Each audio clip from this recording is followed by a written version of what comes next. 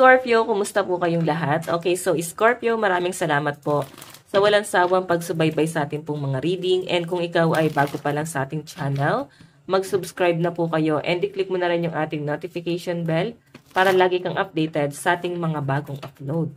Okay, so tignan natin Scorpio, gabay kapalaran sa iyo ngayong December 2024. Okay. Scorpio, Sun, Moon, Rising, and Venus sign.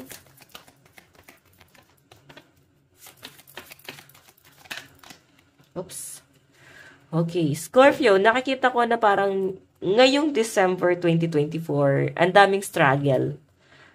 Nandun sa point na parang nawawala yung loyalty sa'yo ng mga tao, pwedeng may disappointment ka sa sarili mo, pwedeng ang tindi ng regret na pinagdadaanan mo ngayon, na parang feeling mo lahat ng taong mahal ka dati, na-judge ka ngayon, okay, or mga taong pinahalagahan ka dati, kumbaga nandun ka na eh, tapos parang nagkaroon ng issue dito, Scorpio. Okay? Ayan, so, ayan, sinasabi dito, oh. Okay, may damage pa ako nakikita rito. I think may nangyari talaga. Ito kasi guys, ang dog kasi is nagre-represent ng loyalty and honesty, faithful. Sa friendship din to guys. So, pwedeng meron ka pinagdadaanan ngayon. Pwedeng connection sa kaibigan. Pwedeng nagkaroon ng issue. Or pwedeng may problema kayo ng malapit sa buhay mo. Hindi ko siya nakikita sa relationship. Kung sa relationship man guys, mas apektado ka. Yun yung nakikita ko eh. Mas apektado ka no, sa love life mo. Pero mas concern mo dito guys is may ibang taong nadadamay na parang okay lang eh na ma-judge ka pero sana wala na sanang madamay. Parang yan yung nakikita ko sa iyo. So, ang daming disappointment, regret na nakikita ko sa mga Scorpio energy. Scorpio, Sun, Moon, Rising, and Venus sign. Meron po tayong robbery. Explosion, incaution, and unfairness. Okay, ayan. Pwedeng nakaka-feel ka na parang bakit napaka-unfair naman? Bakit nagiging one-sided? So, I think meron ka malalim na dahilan kung bakit yung mga hakbang mo is ganon, okay? Na parang para sa'yo, hindi siya masama, pero pagdating, yung impact kasi guys is, alam mo yon, yung impact hindi maganda talagang tignan. Okay? Explosion eh. Okay? Parang kahit questionin mo yung sarili mo na napaka-unfair na mga nangyayari. So, ang magandang gawin mo dito, Scorpio, parang maging tahimik mo na. Okay? Mas piliin mo yung katahimikan, kapayapaan mo muna. So, nakikita ko dito guys, ayun, may conflict, may pagtatalo, may alitan, may misunderstanding. Ayan, meron tayong sing-sing dito. Effects ko lang guys, no? Ang cute lang kasi. Okay? So, hayan Scorpio, oh. Pwedeng may pagtatalo, hindi kayo masyado nagkaintindihan, misunderstanding. Pwedeng kung sa relationship to guys, hindi kayo masyado nagkaintindihan ng person mo. So, wala kang ibang intention, pero ang dating kasi sa ibang tao, meron kang hidden agenda, or pwedeng ikaw to, no? Pwedeng may lumalapit sa inyo na isang tao na parang piling mo gagamitin ka lang. Though wala ka namang intention na ganun. Ang gusto mo lang talaga is parang maka-survive, or kahit papano is meron kang, kung sa source of income, meron kang source of income.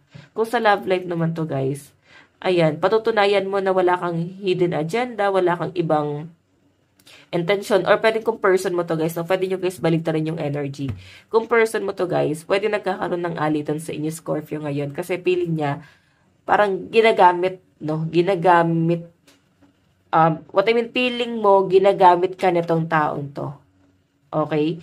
So, pagdududahan mo yung intention nitong taong to sa'yo. Okay, pero mararamdaman mo naman guys na parang tinatanggihan ka niya sa mga bagay na ino-offer mo sa kanya.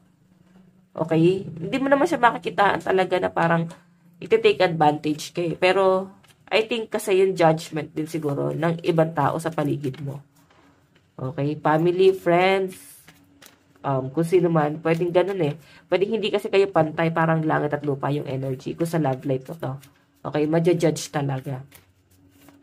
Okay, tingnan pa natin guys. Scorpio, Sun, Moon, Rising, and Venus sign.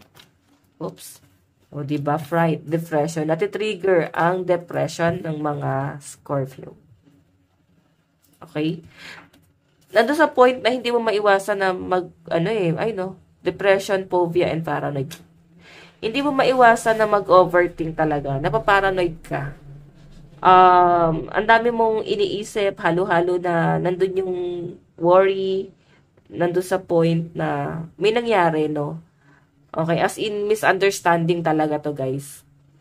Ang nakikita ko kasi is more on sa communication talaga. Parang hindi naging patas sa'yo. Or parang hindi napag-usapan talaga ng maayos. Okay? So, ayan. Titignan pa natin, guys, additional message. Okay? Ang bigat ng energy ni Scorpio dito. Scorpio, Sun, Moon, Rising, and Venus sign. Meron po tayong death. Okay, so sinasabi naman dito, guys, death and revert. Ibig sabihin, nagkakaroon na ng ending. Patapos ka na dun sa old cycle. Meron ng new beginning na paparating sa inyo. Kung bakit, guys, pabigat ng pabigat yung problema. Kasi mas china-challenge ka. Mas lumalayo na yung nararating mo, mas china-challenge ka. Okay? So, Scorpio, nahirapan ka mag-detach. Actually, ang mga Scorpio, hirap talaga to na hindi to agad-agad nakaka-move on. Hindi lang sa relationship, kundi sa ibang bagay. Nandun sa point na may mga nangyayari na kaya ka nag-overthink kasi hirap kang kalimutan tong bagay na to. Pero sinasabi dyan, guys, nagsisimula ka pa lang. Okay? So, ang gawin mo dito, guys, mag-isip, siguro gawin mo ng privado yung buhay mo. And kung makikita mo, guys, dito yung stability pagdating sa pera, magsabihin madaming opportunity na paparating. Okay? Meron, Three of Swords. Naku. Death and revert, pwedeng sa relationship. Scorpio, may na-involve sa third party. And ang laking issue na to, pwede parang, ayun na nga, parang explosion parang nag-explode. Parang ganon, no? Parang sumabog. Ganyan yung nasasagap ko dyan, Scorpio. Ang laking issue. Parang na-interrogate ka ngayon. Okay? May mga na-involve sa third party. Ang hirap, no? Para sa mga Scorpio na nandito, na parang magpatawad. Mabibigyan pa ba ng second chance? Sa nangyari kasi, guys, parang alam nyo, hirap na kayo na mabigyan talaga ng second chance pa itong bagay na. Okay, meron tayong Queen of Swords. May nakikita ko parang may nagagalit, no? Pwede ikaw tong galit na galit or pwedeng may nagagalit sa inyo. Meron tayong, grabe. Ang gusto lang ng mga Scorpio ngayon, ngayong December 2024, matulog. Magpahinga. Ganun po yung nakikita ko sa inyo. So, I think, grabe yung stress na naidulot sa inyo. Siguro, Scorpio, pahinga ka muna talaga.